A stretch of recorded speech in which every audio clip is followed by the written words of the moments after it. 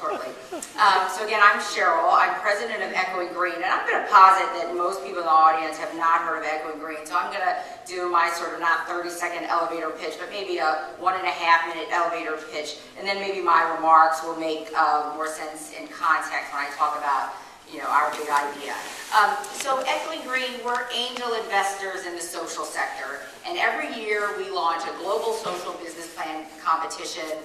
Put the word out all around the world. We ask next generation leaders, young social entrepreneurs, to submit to us their bold ideas for social change. And through a pretty rigorous Darwinian and almost cruel vetting process, we will go from, like last year we got 3,000 social business plans from like 120 plus countries around the world, and asking these young people to run the gauntlet, think about their social business plans, their revenue models. We will ultimately only invest in about 20 of these social business plans for startup funding and technical support. I often say we're like the American Idol of social entrepreneurship. These young people come to us with their hopes and dreams, and they show their wares, and they sort of run the gauntlet. As I said, at the end of the day, we will always select a very small number for funding. And for many years, Echoing Green took just tremendous pride in the diversity of our community. So, you know, within the Echoing Green network, you have people like Michelle Obama, who in 1993, soon after she left corporate law, started the Chicago office of a really terrific youth development program called Public Allies. You know, fast forward, you know, a decade and a half, and in the 2009 class of Echoing Green Fellows, you have Barbara Bush Jr., one of the daughters of President George H.W. Bush. We're not red-blue, we're not left-right, we're about solutionists who are solving problems. So you can have a Michelle Obama in community with a Barbara Bush, and they're all trying to figure it out together. Or you can take a 2007 Echoing Green Fellow named John Thompson. John spent 18 years on death row. He twice came within 29 days of being executed for a crime he did not commit. And it was only because of a prosecutor's deathbed confession that the Innocence Project was able to help exonerate John after 18 years on death row. And he went on to start a small but important reentry program for other exonerees and long-term incarcerated men in New Orleans. So John is in community with a 1998 fellow named Vikram Akula, McKinsey consultant, got his PhD from University of Chicago, and started the fastest growing microcredit institution in the world called SKS Microfinance. It was also the first one to go public on India Stock Exchange. And you know, my last example is a 1995 Echoing Green Fellow, Sarah Horowitz, tried and true labor activist. She's the daughter of a labor lawyer, the granddaughter of a labor lawyer. She herself is a labor lawyer, but went on to found something called the Freelancers Union, which is a portable benefits association that brings independent workers, contractual workers, and contingent workers together to buy affordable benefits in today's changing workforce. You know, she's in community with a young man named Joel Jackson, a 2011 fellow, a Brit, who after doing international development work in Africa, has just started a car company in East Africa, manufacturing and selling low-cost, sturdy vehicles for the very poor rural infrastructure in Africa. So this is the Echoing Green community. And again, we're very proud of the diversity of our community. But if I was then to hand out the resumes of most of these folks that I just mentioned, except for John Thompson, who, again, spent 18 years on death row. A pretty elite group. The Princetons of the world, the Yales of the world, top-notch state schools. The pedigree of these folks is pretty impressive. And a number of years ago, Echoing Green really had to take a hard look at itself and said, you know, if we are in the business of social change, investing in the human capital, the human talent that will drive you know, next generation leadership into the space of social change, that will really solve community problems across the globe, then we really needed to reformulate our definition of diversity and inclusion. And for the past couple of years, we really had to dig down and start to have a hard conversation with ourselves that we are only going to be successful as a social entrepreneurship funder if in the next time I come back and talk to you all wonderful people, it will be in the summer, not in the fall, but when it's much anymore, to show you examples of social entrepreneurs who are truly diverse and represent communities, indigenous communities, low-resource communities, disadvantaged communities. And we've worked incredibly hard to get there. So one data point that I'm happy to share with you is 2 years ago we were approached by the Open Society Foundations. That's George Soros' money. George Soros and some of his leadership got very interested in the issues of black male achievement in this country, sort of the increasing exclusion of black men and boys from the ladder of economic and social opportunity in this country. And they approached us about working with them to start a social innovation fellowship for startup entrepreneurs doing work in the black male achievement space. And it became very clear to us as it was an extraordinary opportunity, and we were struck by the just hungry supply of next generation leaders who were simply waiting to get onto the on-ramp of social entrepreneurship. We didn't have a lot of time to turn around this new fellowship program, and I will tell you, in less than 8 weeks, we had 1,200 social business plans from folks around the country, 80% of whom were African American, to sort of take on these challenges and try to make a dent in the field of black male achievement.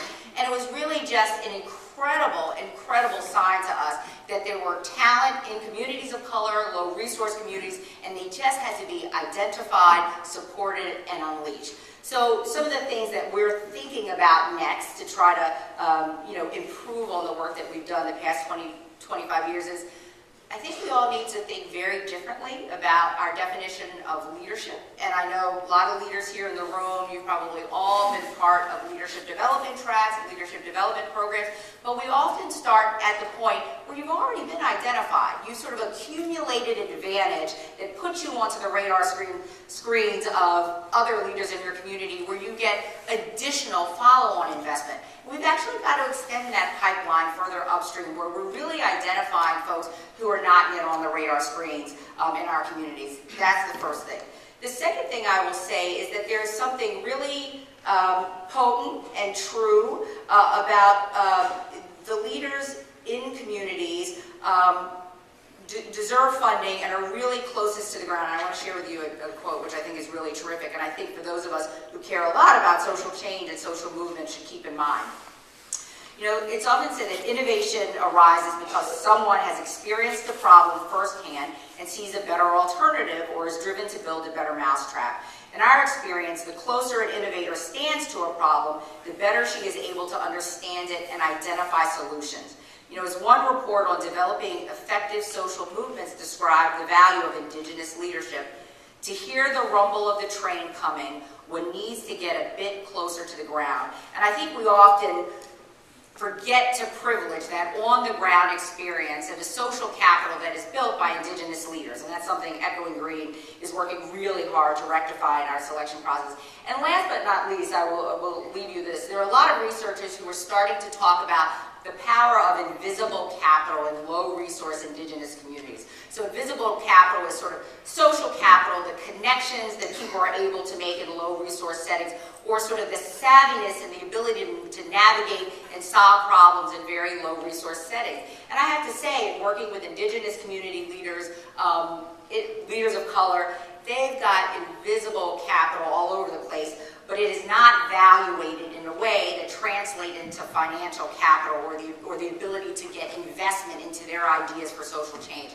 And I think we all, as social entrepreneurship funders, those of us who care about social change deeply, have got to make an increasing commitment to sort of match the high levels of invisible capital in these communities with the financial capital that's really required to build these social enterprises. I think I went over my 5 minutes. I'm going to stop here. Being very generous. Oh, thank you. I apologize, but I get very excited. So thank you, and have at it. Be nice.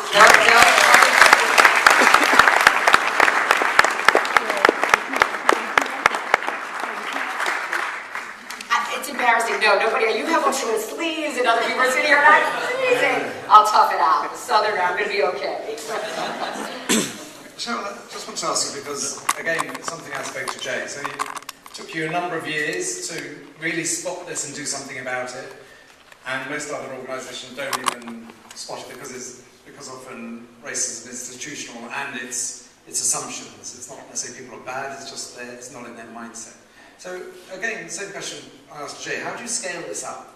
You know, it's all very well saying it and you're doing a little bit about it, but even, you know, I travel all over around sustainability and I hardly see any faces of colour in the audience, never mind even on the panel. So how do we begin to change that? Because that's a problem starting right the way through. I think that's right. So I don't begin to know the answer, but I would say a couple of things. So I do think, you know, at their core, social movements succeed when they change hearts and minds. And I think human beings, we're physiologically constructed to be narrative creatures. We may not understand each other, but we can relate to stories. So I think part of the power of social entrepreneurship is that the social entrepreneur embodies an inspirational, motivational stories. So I think one of the reasons that Echoing Green is helping drive this change is that we're putting new stories out into the field every day. The fact that John Thompson, formerly on death row, can go to a social entrepreneurship conference or go before the mayor of New Orleans and talk about himself, his life experiences, and his work just sort of changes the calculus in the minds of key influencers in society. I think that's the one thing. And these social entrepreneurs matter because they just remind us of what is possible. That's the first thing. The second thing is, you know, I sort of came of age, you know, parents, part of civil rights movement, just traditional social justice lens. And it was sort of a very adversarial approach. Get the man, fight the man. And the older I get, maybe it's more conservative I get, I think it's not necessarily about that. I think you can talk to people in ways that are commonly understood. And what I mean by that is that if you can make the economic case for why this matters, you change a ton of hearts and minds. And I thought the most beautiful articulation of this, a couple months ago when Sheryl Sandberg put out her book, Lean In, Warren Buffett wrote an op-ed or an article for Fortune magazine. And I thought it was just so smart, Warren Buffett, so smart when he said, you know, part of the secret sauce of America is that our social and political systems provide an opportunity every generation to bring in new, formerly disenfranchised players. And because of that, we unleash generation after generation of economic opportunity. So I think we have to make the case for why bringing these new voices, bringing new faces into the mix is not sort of a moral argument necessarily, but is an economic imperative. And that's when I think you start to expand the conversation.